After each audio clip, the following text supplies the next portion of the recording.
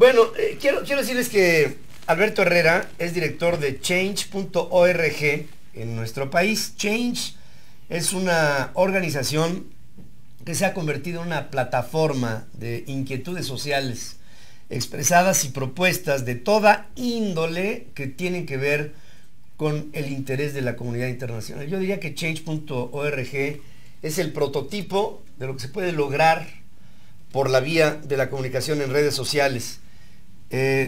Trabaja con 1 millar de organizaciones mayores sin ánimo de lucro, pero sí de un lucro intelectual, hacia, obviamente todo es no gubernamental, hacia las mejores prácticas y mayor comunicación de las sociedades con un mundo libre. La liberación de Weiwei, aquel artista chino, las pasadas elecciones en los Estados Unidos, el movimiento social del 15M en España, el Día del Blog, el Action Day, el programa de las Naciones Unidas para el Desarrollo, aquí en México el tema de Ayotzinapa, Tlatlaya, en fin, tantos casos. Change.org ha sido un protagonista fundamental y Alberto Herrera nos puede contar de ello. Alberto, ¿cómo estás? Hola Pedro, bien, muchas gracias por la invitación, un gusto estar acá. Es un gusto el que haya gente como ustedes. Gracias, gracias. Que haya organizaciones así que, en pleno uso de su libertad, proponen e intercomunican a muchas, crecientes cada vez más, comunidades que van haciéndose así enormes, ¿no?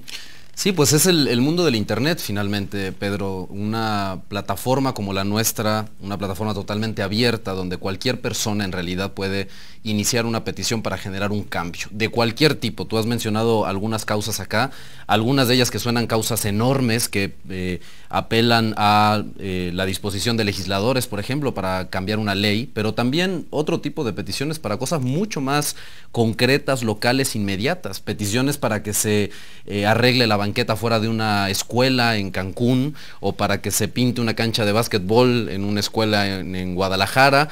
Muchísimas causas de diferentes tipos. Nuestra lectura de la realidad es que en un mundo donde hay tal cantidad de problemas, la única manera de resolverlos es a través de las voces de millones de personas dirigiéndose a resolver cada uno de esos pequeños problemas que existen, que en su conjunto forman grandes situaciones y grandes coyunturas, pero que en definitiva son experiencias que los ciudadanos tienen en el día a día y que, bueno, una herramienta de esta naturaleza les ayuda a congregar voces, a levantar temas que serían anónimos de otra forma y finalmente apelar a los tomadores de decisiones para que escuchen estas voces de la ciudadanía y actúen en consecuencia. Claro, por supuesto. Últimamente ha habido en las redes sociales alguna inquietud en el sentido de que pudiera haber una intervención oficial gubernamental al estilo China, ¿no? De inhibir el mensaje libre por la vía del internet. Yo trato de decirle a nuestra querida audiencia que esto no es... Bueno, hubo un intentón ahí cuando las reformas a la ley de telecomunicaciones, que inmediatamente tuvo una reacción del público y dijo, de ninguna manera. Incluso en Change había una petición sobre ese mismo tema donde se externó la inconformidad de decenas de miles de personas diciendo no queremos este tipo de intervención sobre comunicaciones que deben de ser libres. No solamente como cualquier otra comunicación, sino en particular en el ámbito del internet, que si algo le ha ofrecido a las sociedades modernas es la posibilidad de comunicarse de manera dinámica y horizontal. Esto es muy importante.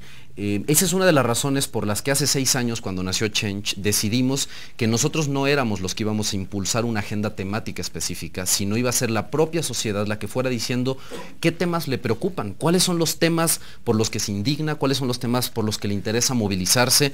Y es así como tenemos desde gente preocupada por el maltrato animal, hasta gente que dice no me parecen las declaraciones de una diputada llamada Carmen Salinas y entonces inicia una petición para congregar las voces de decenas de miles de personas, 180,000 en este momento, diciendo... Para desaforarla.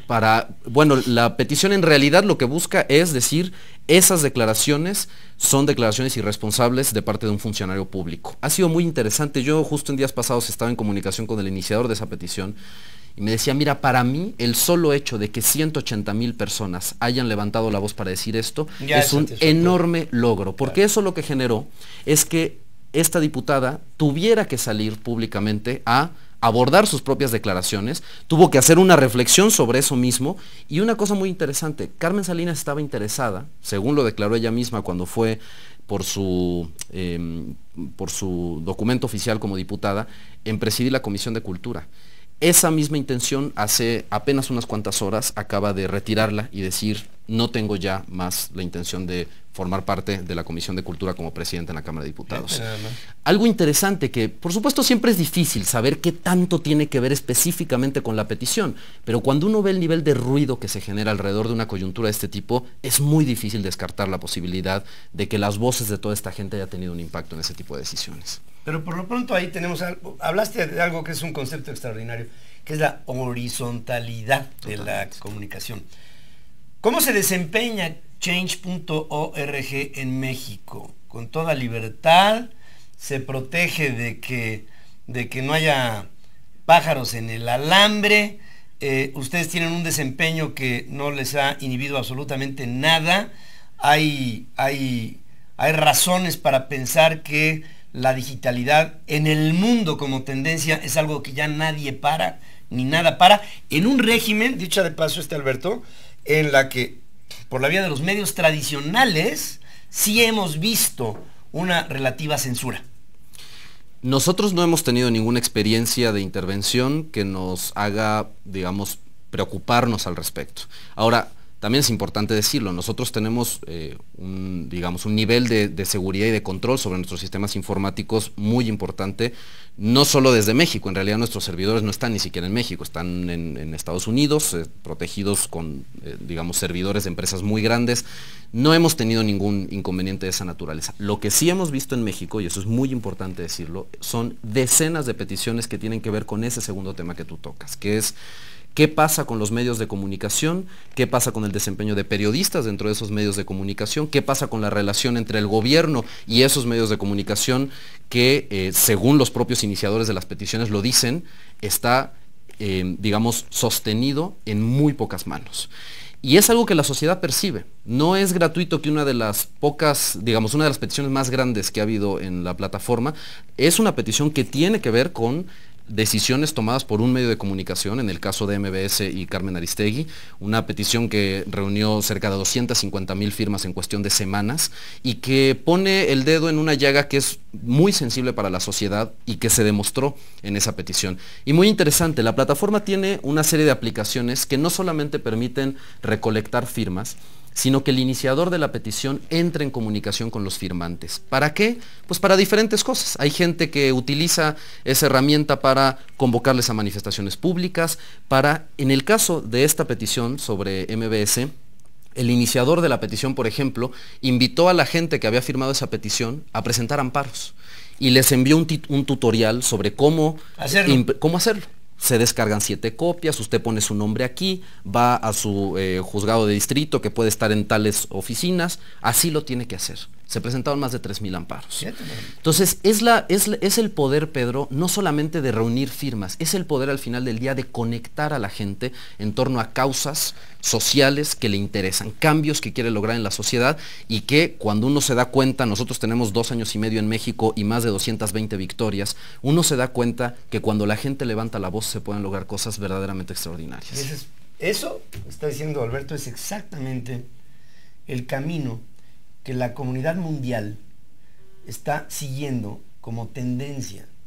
¿Ustedes se imaginan que dentro de 50 años pudiera haber un régimen dictatorial cuando hay este tipo de comunicación horizontal? Eso es prácticamente un imposible. Yo creo que así como hay cosas malas que se transmiten a través de las redes, hay cosas maravillosas que nos llevarán irremisiblemente hacia esquemas de libertad absoluta. Si en este momento hay en el internet en China alguna forma de control, esta pronto desaparecerá como tendrá que desaparecer. O sea, yo no me imagino una Corea del Norte en el 2050. No me la imagino. Como tampoco me imagino a un régimen en México que le dé la vuelta a muchos de los esquemas que la sociedad ya había conquistado y que aparentemente hoy se le arrebatan. No, la digitalidad, los medios por lo general en términos mundiales, digitales, son por definición libres Y bajo ese esquema, aquí está change.org en sede México, que aquí nos lo está consignando. Son medios de la gente, para la gente y por la gente. Y esto es lo que marca una extraordinaria esperanza para una presente y futura convivencia bajo el principio de la libre propuesta, de la entendida protesta, de formas que a los mexicanos, en este caso change.org, yo creo que nos dejan muy en paz y muy en tranquilidad, como un reducto de comunicación que ustedes tienen que constantemente observar.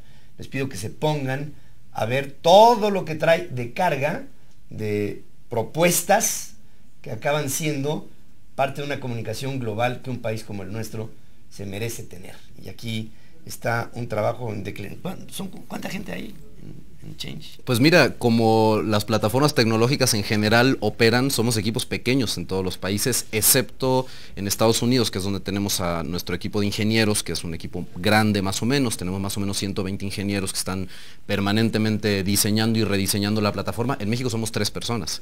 En Argentina, 3 personas. En Brasil, 4 personas. Esa es, digamos, la lógica de trabajo de una plataforma que no busca producir los contenidos por nuestra propia cuenta, sino permitirle a la gente que lo haga. Claro. Te cuento, por ejemplo, una historia que apenas sucedió hace 2 o 3 semanas, una petición que se inició en el estado de Chiapas por un estudiante celtal, indígena celtal, Floriberto se llama, que había estado estudiando durante 2 años la licenciatura en medicina en ortodoncia, y en un contexto de discriminación tremendo fue dado de baja de la universidad. Este caso lo conoció su profesor de español, porque cuando sale de la universidad él va en búsqueda de clases de español para poder regresar a la universidad y poderse defender de alguna manera, y cuando este profesor se entera decide iniciar una petición en Change. Una cosa impresionante, Pedro. En menos de una semana, más de 80,000 personas habían firmado esta petición dirigida al rector de la universidad, simplemente diciéndole: reinscriban a Floriberto. Habiendo sucedido eso, esto pasó semana y media antes de las elecciones en Chiapas aproximadamente, y fue tal el nivel de ruido que se generó alrededor de este caso. Nos hablaban periodistas a nosotros y nos decían: sabemos que casos como el de Floriberto hay millones de discriminación en México todos los días, con la diferencia de que en este caso alguien se decidió a levantar la voz, se decidió a ponerlo en el espectro público, y hoy en día es un tema en discusión.